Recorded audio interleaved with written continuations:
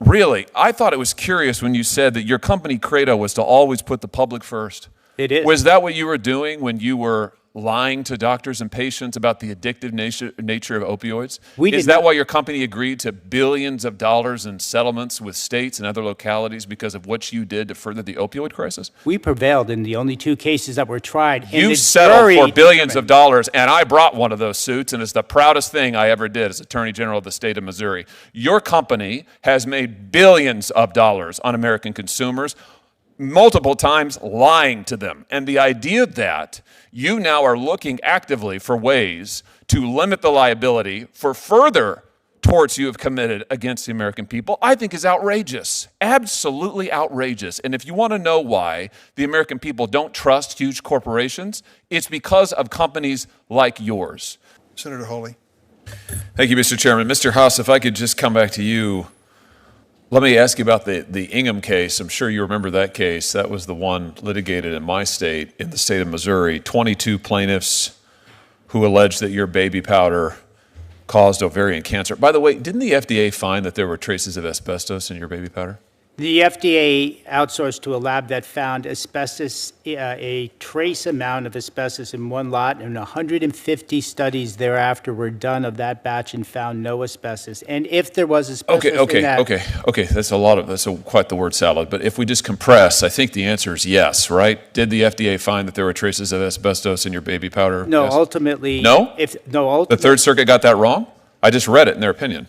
Ultimately, if the... Wait. Answer my question. The Third Circuit was wrong about that? I just read it in their opinion. They said the FDA found traces of asbestos in your baby powder. The FDA outsourced to a lab that found a trace amount of asbestos. Okay, so the thereafter. answer is yes. So let's go back to the Ingham case then. I think it's a relevant question. Do you remember what the verdict was in the Ingham case, what the jury found, what they awarded? As the chair properly stated, it was initially $4.6 billion for a consolidated trial of 22 plaintiffs that was reduced thereafter to $2.2 billion. $2.24 billion finally on appeal. That's a lot of money. That's one case, 22 plaintiffs, 20 at the end of the day because of the appeal.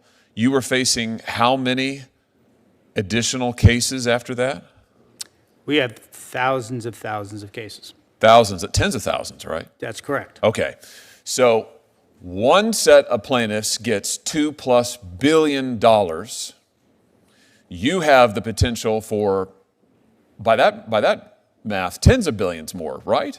Who knows No, what? not necessarily, because recall, most claimants lose and receive zero. So what you do is, after the Ingham case, your company panics, and what you do is you then decide, oh my gosh, we can't possibly do this. We don't want to pay these plaintiffs this kind of money. So you then create a separate company for the sole purpose of declaring bankruptcy and making sure that the tens of thousands of other plaintiffs get scraps.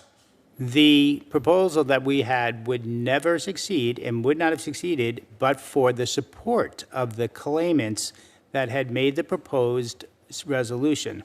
We went to I have no idea what you're saying. I thought it was plaintiffs who sued you that went all the way to the Third Circuit where they said you couldn't do what you're trying to do. You're saying that you're saying the plaintiffs wanted this? They like the Texas two-step? The plaintiffs want to be denied their day in court and denied recovery? The majority of claimants, counsel representing the majority of claimants, yes, do want this resolution because most claimants receives nothing. Let's talk about what you did. Aberrant Let's talk about what you verdict. did. First of all, I think it's outrageous, the idea that plaintiffs want to be denied their day in court. That's why they took you to court. That's why the Third Circuit ruled against you. Let's talk about what you did. Here is, according to the Third Circuit, an abbreviated version of how you tried to avoid actually paying out liability. Old Consumer, which was one of your subsidiaries, merged into Chenango Zero LLC, a Texas limited liability company, wholly owned subsidiary of J&J, with Chenango Zero surviving the merger. Chenango Zero then effected a divisional merger under the Texas Business Code by which two new Texas limited liabilities were created, Chenango 1 and Chenango 2, and Chenango Zero ceased to exist. Then Chenango 1 converted into a North Carolina limited liability company and changed its name to LTL. Chenango 2 then merged into Curahee Holding Company, the direct parent company of LTL. Curahee survived the merger and then changed its name to Johnson & Johnson Consumer Incorporated. Are you here to tell us that you think that this is a great way to proceed and is fair to the consumers who had asbestos in their baby powder? Indeed, the claimants after that transaction had access to more recourse than they did before, which is exactly More recourse? which is exactly the You reason. created, in the words of the Third Circuit, you created a company with the sole purpose of sending it into bankruptcy. So you could limit your liability. Here's what I don't understand. Johnson & Johnson is a hugely profitable company, isn't it? This is where we're talking about a subsidiary. Oh, I know, but you own them all. You own position. them all. So aren't you hugely profitable? I mean, how much money did you make on the COVID vaccine, for example? Nothing, actually. We made nothing. You got on it. billions of dollars in subsidies from the federal government. Taxpayers have paid you billions. How much did you make on opioids? All those opioids you prescribed? How much did you make on that over the years? I do not have that information. Really? I thought it was curious when you said that your company credo was to always put the public first.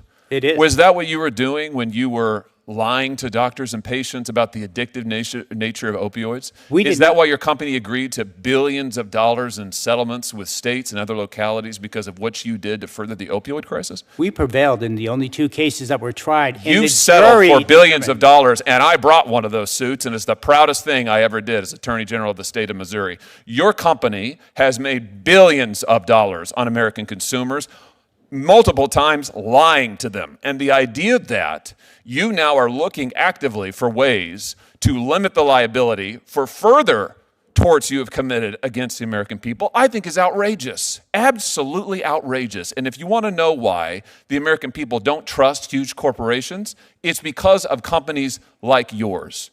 And I would just say to my colleagues, if you want to know why private rights of action are so darn important and why we need to use them against the big tech companies, this is the reason why. One jury verdict got $4.6 billion. That's a hammer. Companies fear it. They fear it. It's why they're trying to distort the bankruptcy code to avoid it. We need to give more Americans the ability to get that recourse in court. And we need to change the bankruptcy code to make sure that companies like J&J can't avoid it. Thank you, Mr. Chairman. Thanks.